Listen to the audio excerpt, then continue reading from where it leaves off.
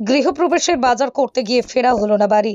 বুধবার সকালেই মার্কেটে বাজার করে ফেরার পথে দুর্ঘটনায় প্রাণ হারালো এক মহিলা। মৃত মহিলার নাম রাখি বিশ্বাস, শিলিগুড়ি মিউনিসিপ্যাল কর্পোরেশনের 21 নম্বর ওয়ার্ডের রবীন্দ্রনগর এলাকার বাসিন্দা। জানা গিয়েছে 11 তারিখ নতুন বাড়িতে গৃহপ্রবেশ, তাই তার দিদিরকে সাথে নিয়ে সকালে বিধান মার্কেটে বাজার করে বাড়ি ফিরছিল। আর ঠিক সেই সময় ভেনাস মোড় থেকে হাসপাতাল মোড় যাওয়ার পথেই স্কুল বাস সজোরে ধাক্কা মারে সিটি অটোকে।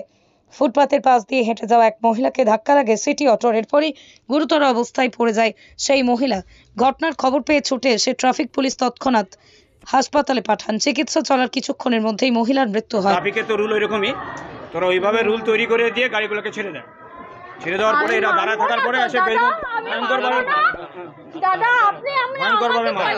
লাগে, ভেঙে যায়। যেটুকুনি আমি উত্তরে শুনতে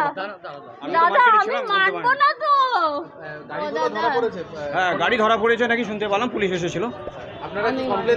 হ্যাঁ, 100 বার কমপ্লেন দেবো না, এত বড় একটা ঘটনা। বাচ্চাটা 3 বছর বয়স, স্কুলে ছিল।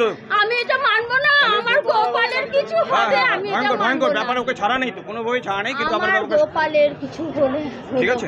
আমার বোনকে লাগবে, আমার বোনকেই লাগবে।